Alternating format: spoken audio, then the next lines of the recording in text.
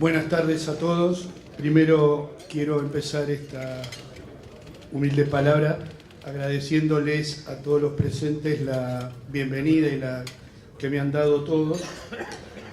Quiero agradecer a las autoridades del Rotary que han posibilitado que hoy yo esté hablándoles a ustedes. Y para información de todos los rotarios aquí presentes, quiero denunciar claramente la irresponsabilidad del secretario general, el doctor Castex, que fue el que viabilizó esta irresponsable invitación.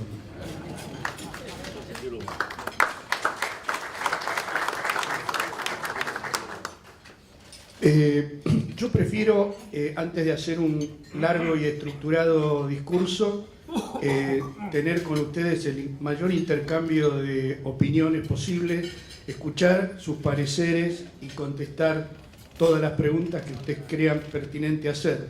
Así que lo que voy a hacer es un pequeño desbroce de ideas a los efectos de darle algún tipo de organicidad a esta reunión y a este evento.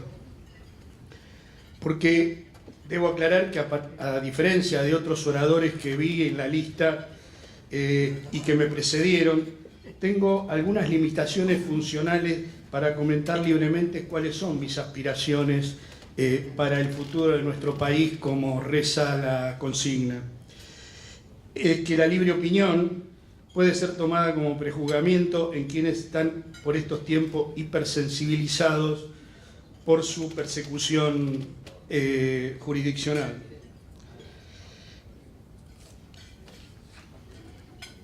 Lo cierto es que en mi experiencia personal en estos últimos tiempos, como contexto general, quiero decir, yo no he sentido ni de manera pública y mucho menos de manera privada que se intentara cuestionar e influenciar mis investigaciones o mis decisiones. Pero esto no significa que yo vea que todo lo por venir sea necesariamente bueno.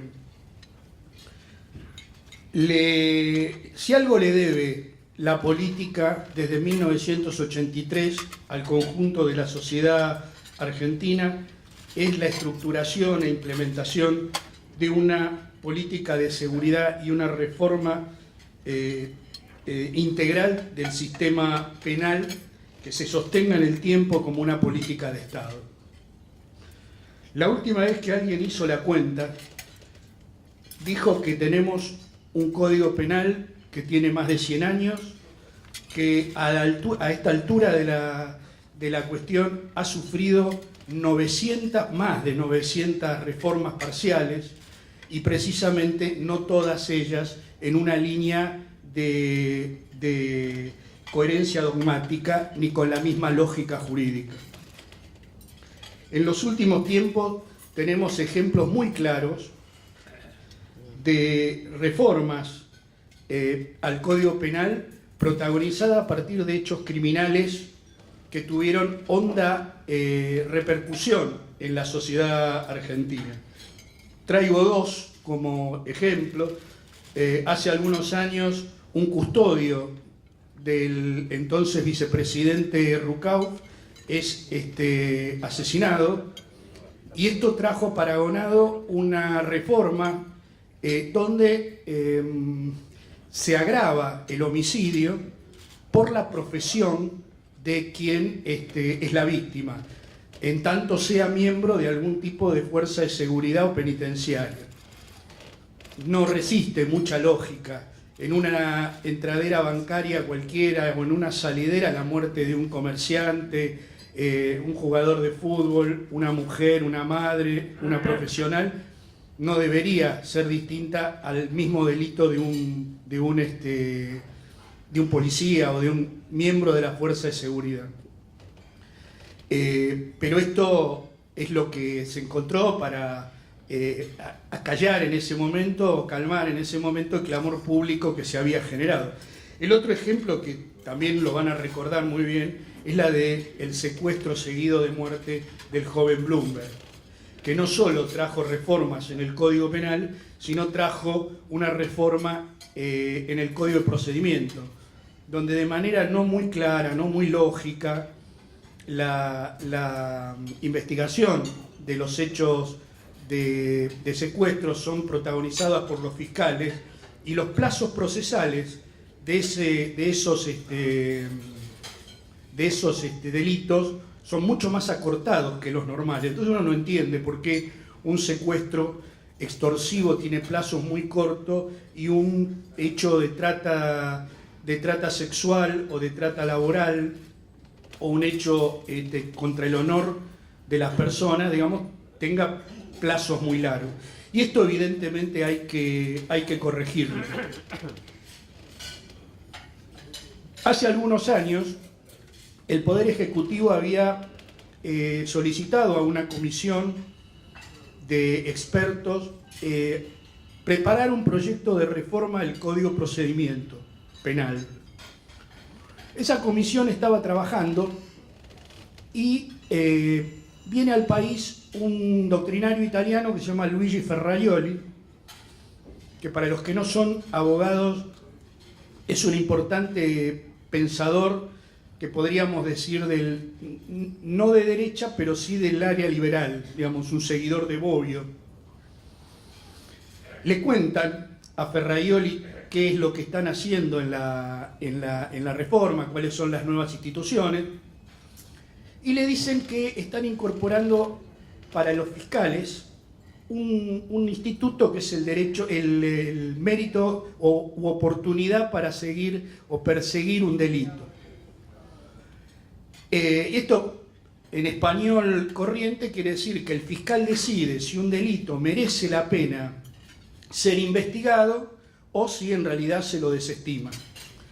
Ferrajoli dijo, bastante molesto, eso es corrupción. Eso es negociar cosas que no se pueden negociar. Ustedes lo que tienen que hacer es reformar el Código Penal, tratar en el Código Penal de poner la menor cantidad de penas posibles, porque cuanto menos regulado esté la vida penal, más libertad tienen los ciudadanos. Y donde ustedes hacen la graduación es en otro lugar. Entonces, el robo de una manzana o el robo de un banco es un robo. Una vez que se definió que el robo es punible, es un robo. ¿Dónde está la diferencia? Y en la pena. Posiblemente el robo de un banco tenga una pena privativa de la libertad y el robo de una manzana tenga una probation y lo ponga en una semana a barrer una plaza.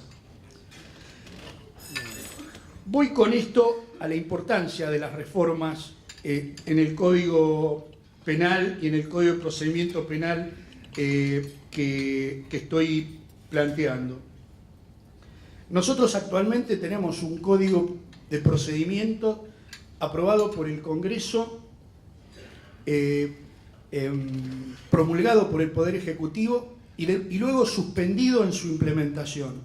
Un Código de Procedimiento carísimo de implementar, carísimo, por la cantidad de inversiones inmobiliarias que debería hacerse. Algunos números hablan de 400, 500 millones de dólares para implementar el código a nivel de todo el país.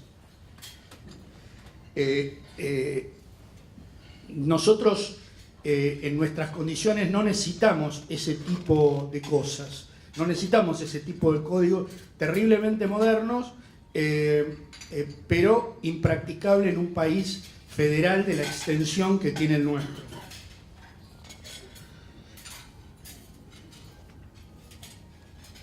Ese código tenía un objetivo que era en realidad, digamos, pasar rápidamente las investigaciones de los jueces a los fiscales, toda vez que da la impresión que el poder político tenía una idea de que había demasiadas investigaciones descontroladas.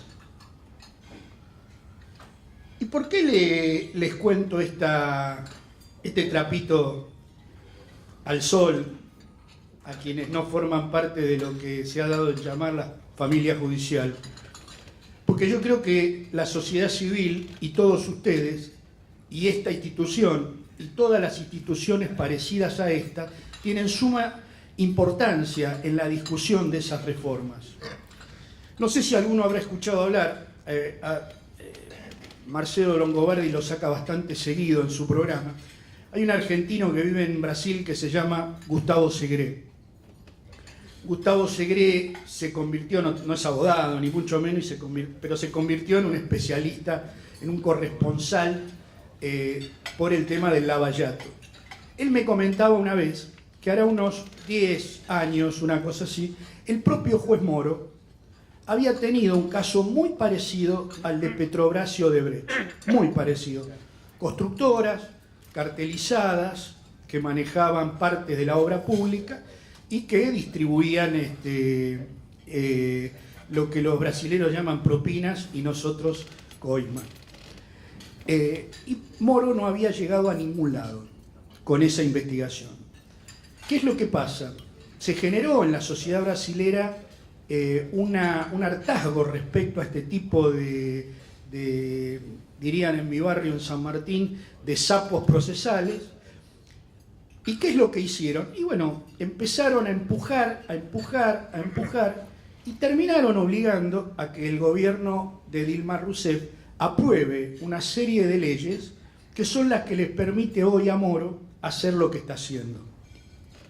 Por eso yo creo que esto no es una cuestión solamente de los políticos, no es mucho menos cuestión de los jueces, los fiscales o los abogados. Esto es una cuestión que es de interés de toda la sociedad.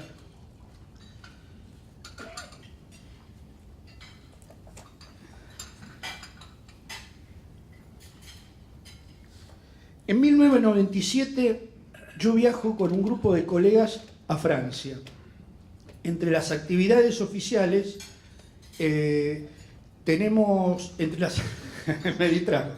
Entre las actividades oficiales tuvimos una reunión con el subsecretario de Justicia de Francia, el que contó cómo era el procedimiento de remoción de los jueces. Entonces contó que había un procedimiento de prejuri y que si había mérito para juzgarlo a ese juez por mal desempeño, ese jury le elevaba a él sus conclusiones y él decidía si se promovía el juicio político o no. Un colega preguntó, dice, pero eso es una violación del principio de la separación de poderes. Y el francés lo miró como si este señor tuviera antenitas y fuera verde y le dijo, de ninguna manera. La división de poderes está en los expedientes. Ahí es donde en realidad los otros poderes no se pueden meter. Pero en que el sistema de justicia exista y funcione es una responsabilidad de la política, porque los ciudadanos, cuando las cosas salen mal en la justicia, no le reclaman a los jueces, nos reclaman a nosotros. Entonces nosotros somos los garantes de que este sistema tiene que funcionar. Tenemos dificultades de equipamiento tecnológico, de espacio físico adecuado, de logística. Tenemos, balanceando esto, un elemento humano excepcional. Esto lo digo por lo que yo conozco, esto es empleados y funcionarios que trabajan en Comodoro Pi, tanto en el Poder Judicial como en el Ministerio Público Fiscal o el Ministerio Público de la Defensa, y que son los que permiten, con esfuerzo personal, que en realidad zanjemos todas esas dificultades y llevemos adelante la tarea como la podemos llevar adelante. Yo creo, redondeando, que tenemos problemas serios y necesitamos gente seria para una discusión seria, donde plantear esta realidad compleja y buscar soluciones de consenso que, sostenidas en el tiempo como política de Estado, vuelvan a poner el servicio de justicia al servicio de toda la comunidad y volvamos a ganarnos su respeto. Hace 72 horas, 48, el presidente hizo una reunión donde citó a políticos, empresarios, gremialistas, donde participaron miembros de la Corte Suprema, y en la cual uno de los temas que tocó fue el tema de la justicia, a la que criticó y no encontró ninguna, a la que no encontró ninguna virtud. Pero básicamente tomó 3 o 4 temas. Partió de la discusión de las vacaciones, de las vacaciones, de los 45 días de supuestamente vacaciones, de una licencia con goce de sueldo de 2 años que no sé dónde está. Y el otro tema, no lo recuerdo ahora. El horario de atención, gracias. La verdad que si ese es el punto de partida para una discusión sobre esto, creo que empezamos mal, o no empezamos por lo menos bien. Tanto con Cromañón como la desgracia de Once, como la muerte del fiscal Nisman, ocurrieron los primeros días, los primeros meses del año, y las investigaciones no se detuvieron hasta que no terminaron. Lapa fue en junio, julio de un año, y la causa nunca tuvo feria, nunca se suspendió, siempre se habilitó la feria y siempre se trabajó. Respecto al tema de las vacaciones, por otro lado, yo no tengo ningún problema que me den la licencia que me merezco por la ley de contrato de trabajo, la que me corresponde. El problema lo van a tener los abogados, cuando en realidad no haya más feria de enero y cuando no se puedan ir de vacaciones nunca, porque siempre va a haber un juez o un tribunal que le ponga una audiencia o le corra un plazo. Con lo cual, salvo grandes estudios que pueden tener rotación de profesionales, los que todavía ejercen la abogacía como un trabajo artesanal, van a tener muchos problemas. O se consiguen una verdulería o no tienen más vacaciones. Pero bueno, dicho esto, vuelvo a la idea original. Prefiero charlar con ustedes, tener algún tipo de interacción que continuar aburriéndolo. Muchas gracias.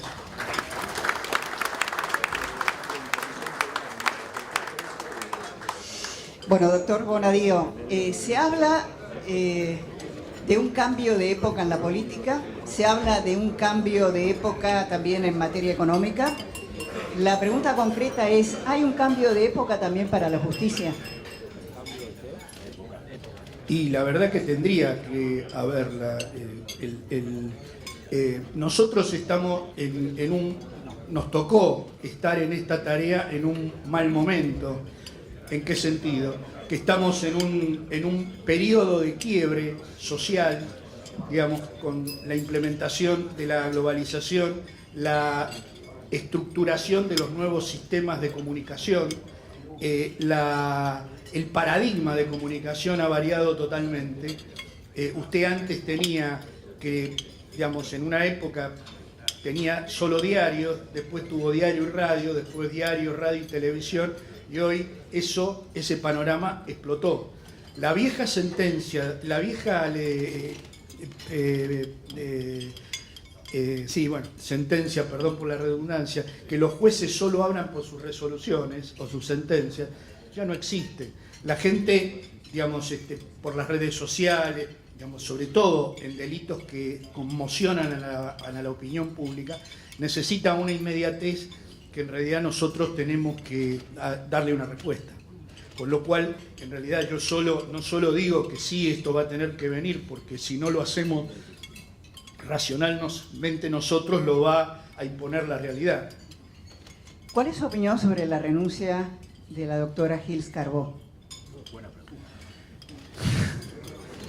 Yo no quisiera hablar de ustedes saben que la Constitución, cuando creó el Ministerio Público en esta última reforma, estableció los ministerios públicos como un órgano extrapoder.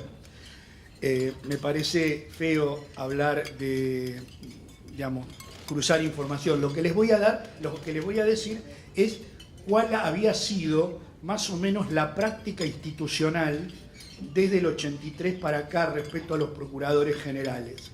Y que es que cuando cambiaba el ciclo político, los procuradores se retiraban por su propia voluntad.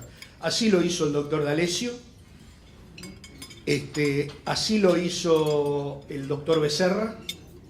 El doctor Becerra, por ejemplo, es el que más recuerdo. El doctor D'Alessio estuvo unos pocos meses durante la administración Menem, pero el doctor Becerra estuvo un poco más. Sí.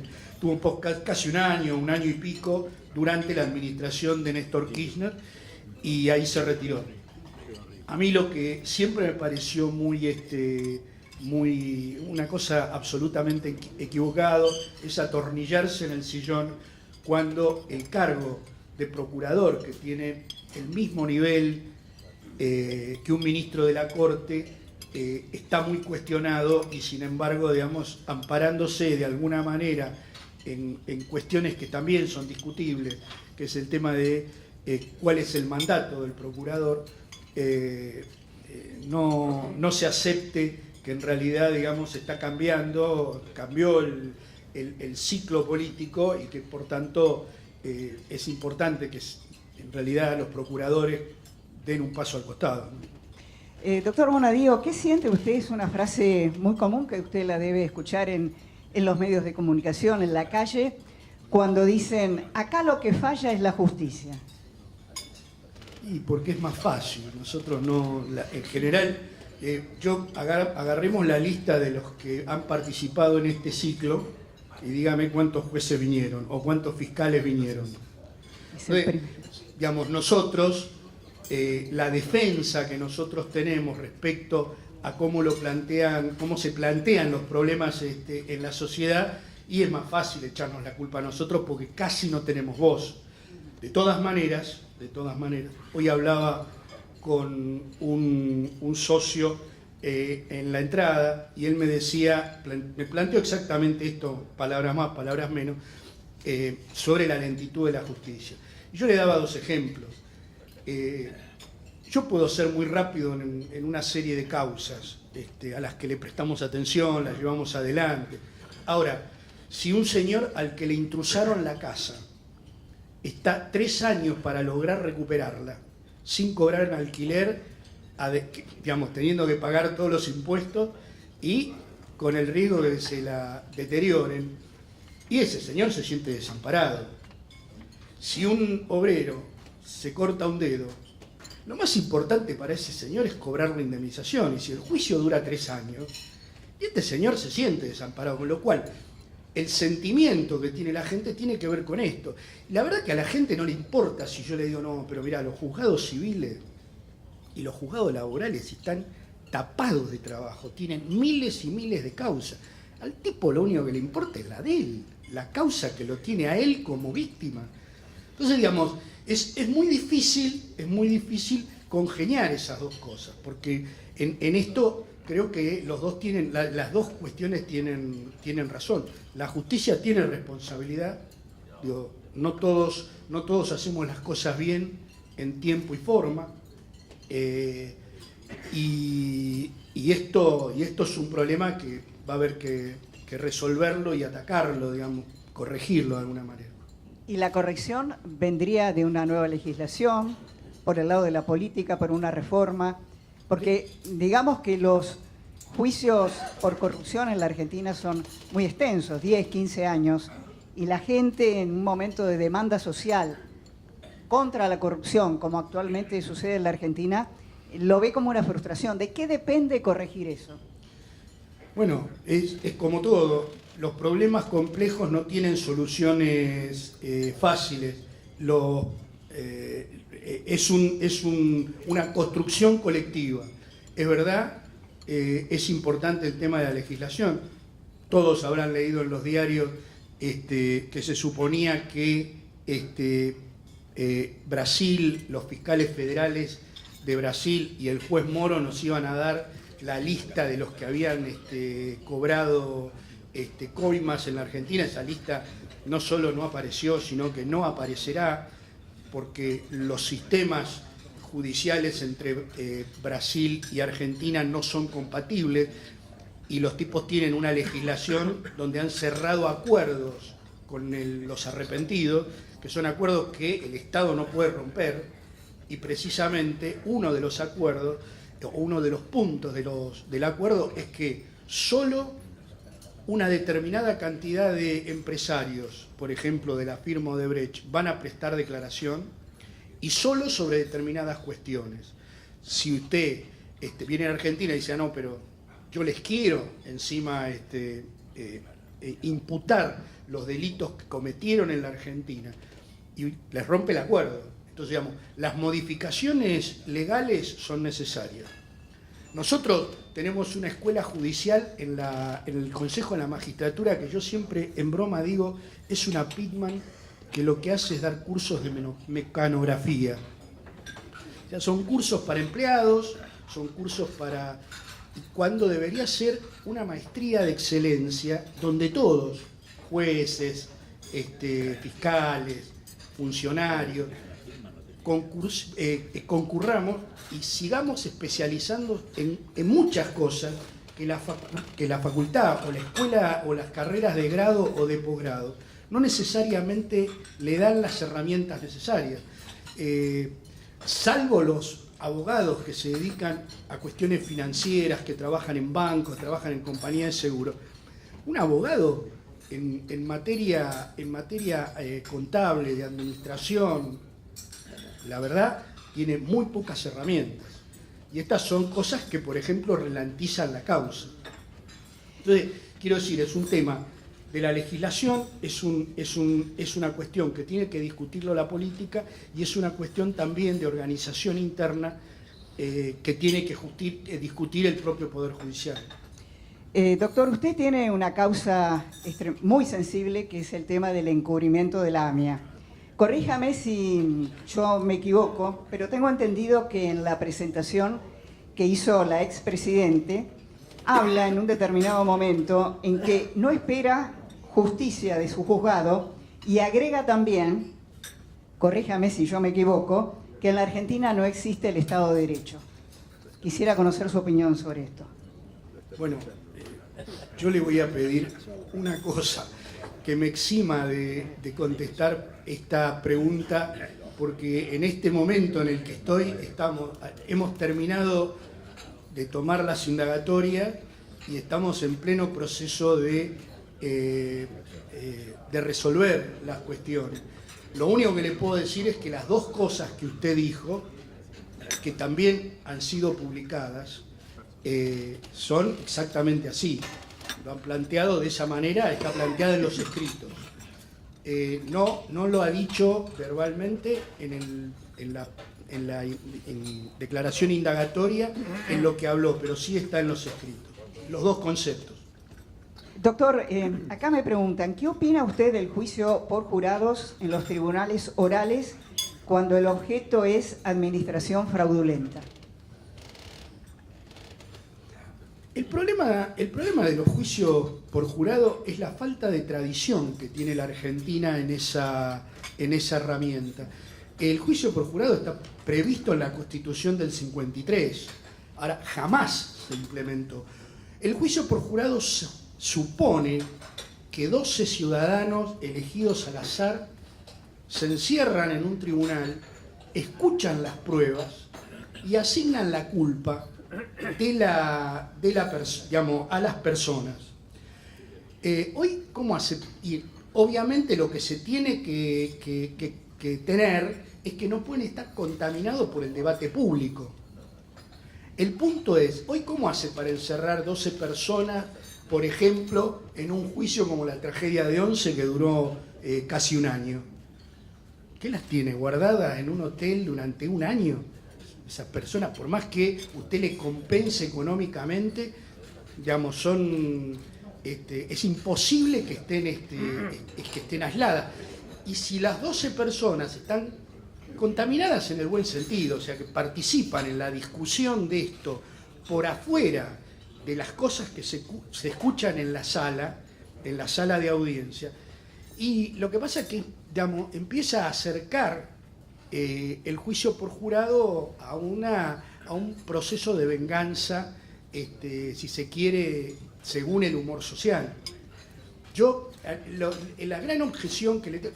A ver, hay juicio de jurado en Córdoba hace muchos años, hay juicio de jurado en la provincia de Buenos Aires, en algunos de los departamentos judiciales dicen que funciona bien, en otros departamentos no funciona tan bien, pero lo que digo es la generalización de esta herramienta. Para mí el grave inconveniente que tiene es la falta de tradición que tiene la Argentina en eso.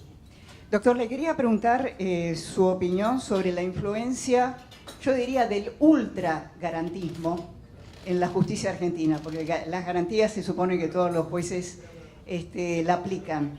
Directamente le digo la teoría Zaffaroni sobre algunos casos que han conmocionado a la opinión pública en los últimos tiempos. Bueno, yo quiero hacer una diferencia.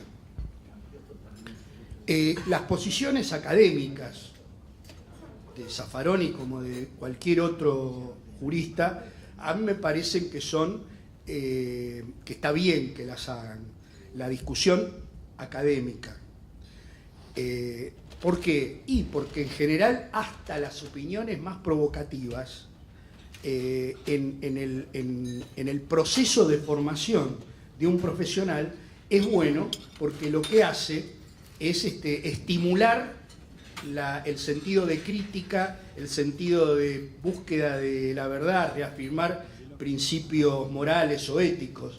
El problema es cuando esa actividad se convierte en creación de política criminal y en creación de instituciones jurídicas que no son producto de la discusión política y de la decisión política de quienes han sido elegidos por el pueblo, sino de construcciones personales de quienes están al frente de una fiscalía, un juzgado o un tribunal colectivo. Yo creo que eso no es bueno y creo que básicamente la culpa la tiene de todo eso. Si hablamos de asignar culpa, hablemos de responsabilidad, porque si no algún psicólogo se va a enojar. La responsabilidad es de la política. Por lo que yo decía antes, desde el 83 hasta acá hubo poca creación de una política de seguridad y de una política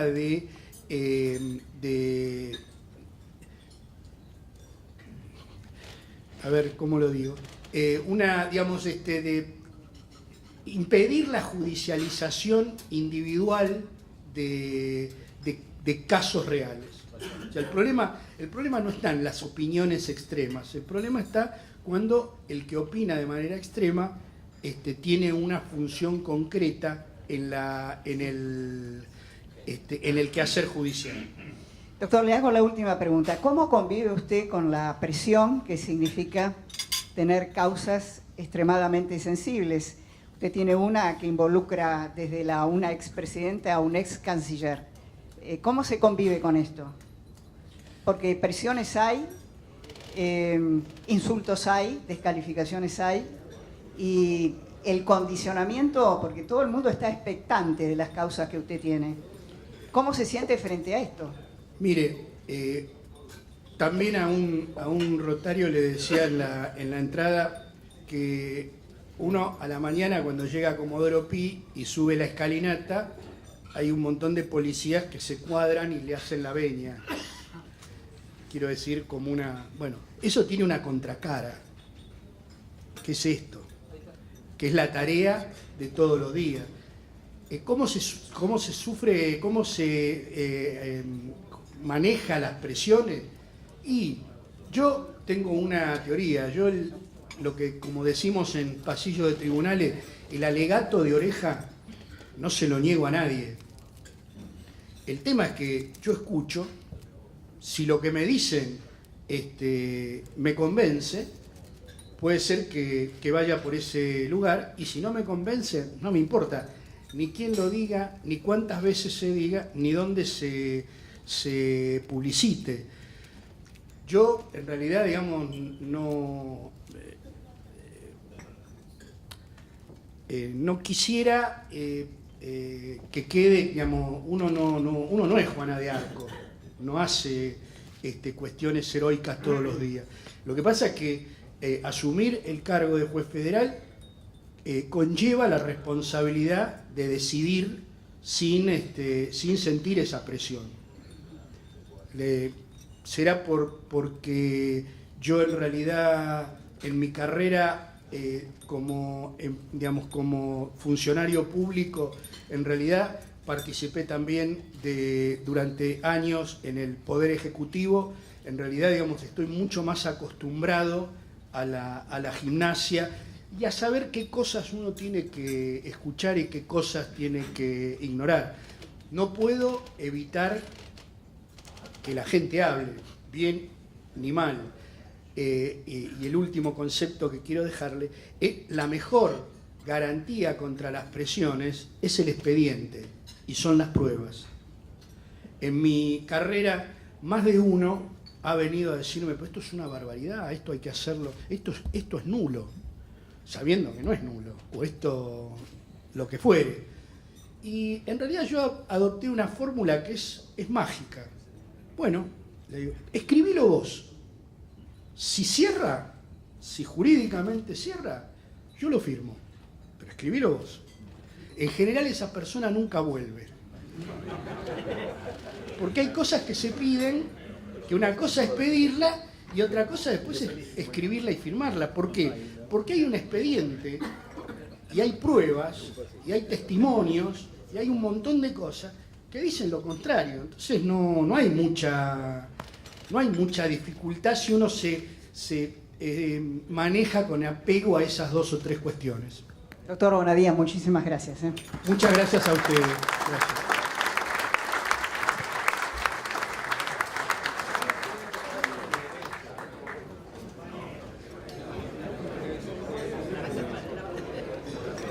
Gracias.